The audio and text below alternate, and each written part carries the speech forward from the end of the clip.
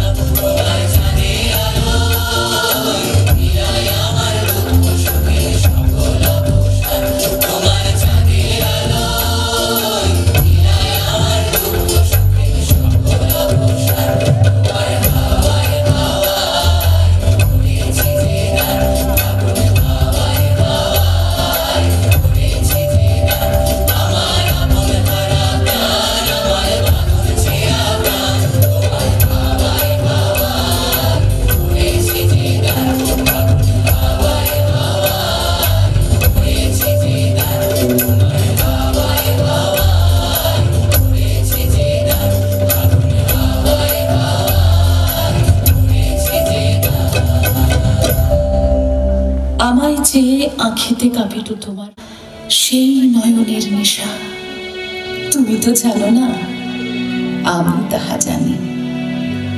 সে কি পড়িবে তোমার মনে সহস্র লোকের মাঝখানে, যেমনই দেখিতে মোরে কোন আকর্ষণ ডোরে আপনি আসিতে কাছে। আঁখি মিলি যারে ভালো লাগে তাহারে ভালো বলে জানি। সব প্রেম প্রেম নয়, ছিল না তো এ সংশয় যে আমার কাছে টানে।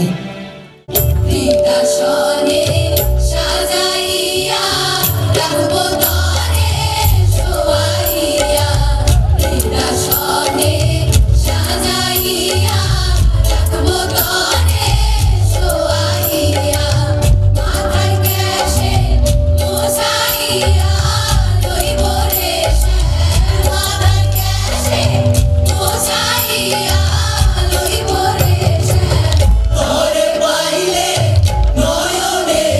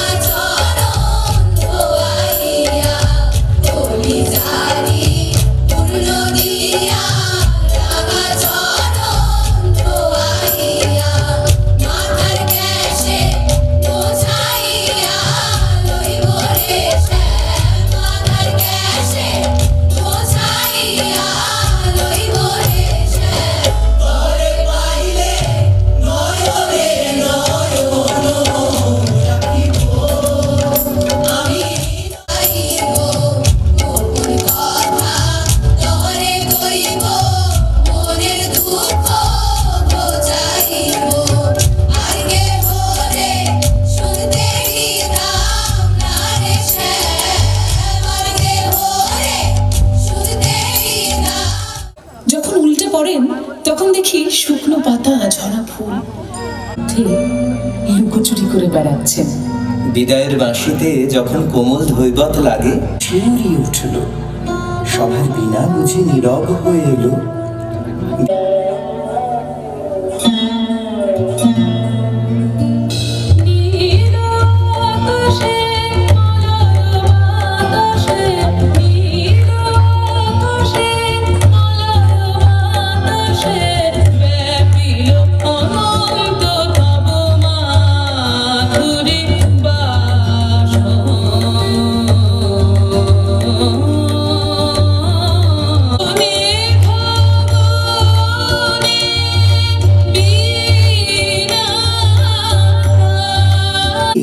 তার নিঃশব্দ চরণের আনাগোনা, জেগে উঠে দেখি ভুঁইচা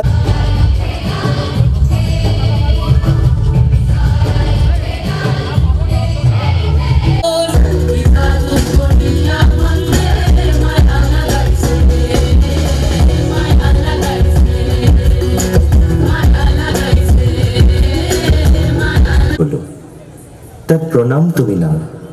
আজ তবে চলি, আবার হয়তো দেখা হবে চেনা এই ফাল্গুনে। আজকের এই অনুষ্ঠান মানে সবচেয়ে বড় কথা ইমন মোদের গর্ব। আর আমাদের ছোট বোন বলো, মেয়ের মতো বলো, এরকম একটা বড় এরমভাবে একটা আনন্দের অনুষ্ঠান করে। আর সেখানে সেটা তো একটা, এবং এত মাঠে এত মানুষ, এত সুন্দরভাবে একটা অর্গানাইজড শো, এত সেটা তো একটা খুব আনন্দের কথা। শুধু তাই না, এটা একটা গর্বেরও বিষয়। আর এই বসন্ত উৎসব এভাবে পালন করতে নিজেদের মানুষের সঙ্গে ভালোই লাগে।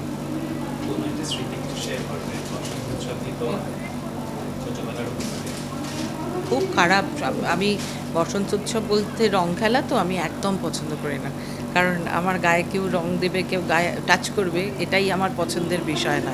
সুতরাং ছোট থেকে এটা মনের আনন্দ, মনের উৎসব, মনের রং, ভালোবাসা, আমার পুরো বিষয়টা একটু দূরে দূরে ভালোবাসাটাই ভালো লাগে। আমি মুখে বলি বটে যে গলা জড়িয়ে বাঁচতে চাই, কিন্তু গলা জড়িয়ে বাঁচতে চাইটা সেটা হৃদয় থেকে, বাহ্যিক নয়। সুতরাং সেই ক্ষেত্রে বসন্ত উৎসব আমার কাছে, বা দোল, হোলি, যাই বলো না কেন, সেই পুরোটাই আমার কাছে রং এবং আমার মনের রং, এবং সেই রং আমি সকলের কাছে দিতে চাই।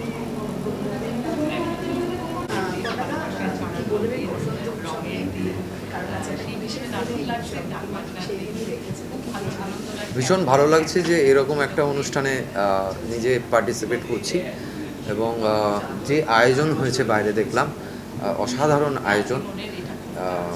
একাধারে খুবই ভালো লাগছে ব্যক্তিগতভাবে। আর বসন্ত উৎসব, দোল, হোলি, রঙের মেলা, সেটা একটা অন্যরকম রূপ দেয়, তো খুব ভালো লাগছে। সিধুদা কোথায় এই মুহূর্তে তো বলতে পারবো না। গেল বছর সিধুদা এসেছিল, আমারও আসার কথা ছিল গেল বছর, কিন্তু গেল বছর যেহেতু আমার মা চলে গিয়েছিলেন, আমি ওই জন্য ওই দিনটাতে আসতে পারিনি। একদম দিনের দিনই ঘটনাটা ঘটে, সামহাও আমি আসতে পারিনি। তো এবছর আমি এসেছি। এবছর সিধুদা নেই, কিন্তু সিধুদা আমার সাথে আছে।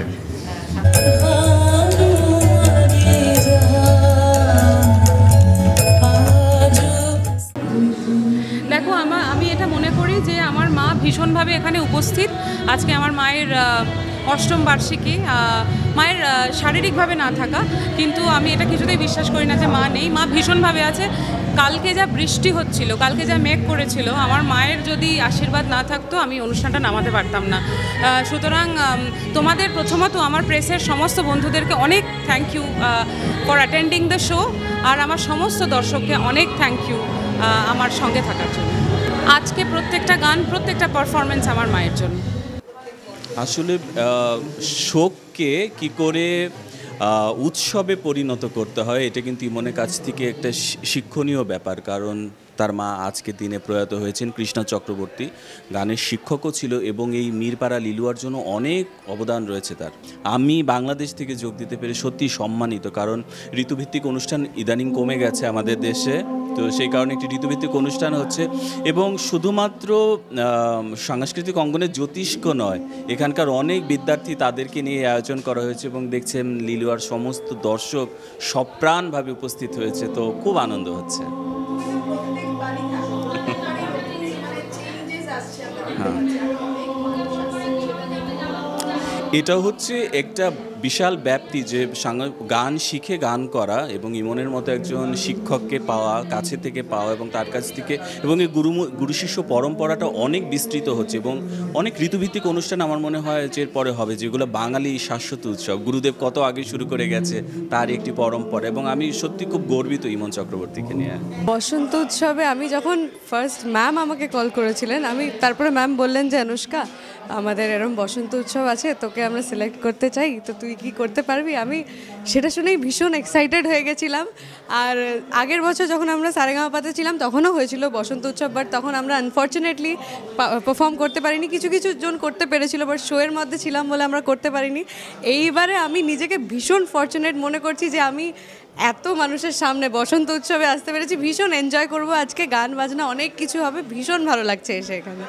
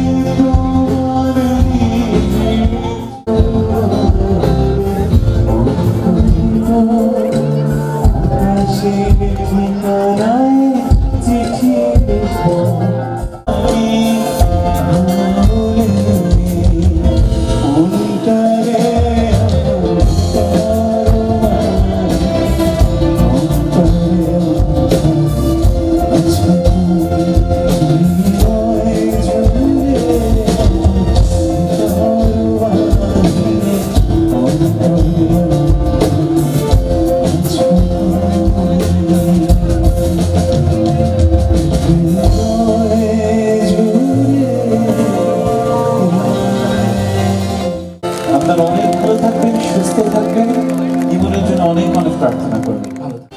আর আমি ওই খেয়ে দিয়ে তারপরে এক্সারসাইজ করে ইমনের মতো যোগব্যায়াম করে অত খাটনি খাটতে পছন্দ করি না। সুতরাং যে কদিন থাকবো, খাবো, আনন্দ করবো, হুট করে চলে যাবো, তা সেই নিয়ে হই হই করে বাজবো। বাংলা আমার শস্যে ইলিশ, চিংড়ি কচি লাউ,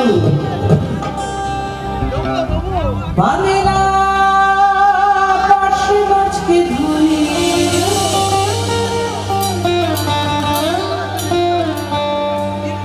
জিরের বাটায়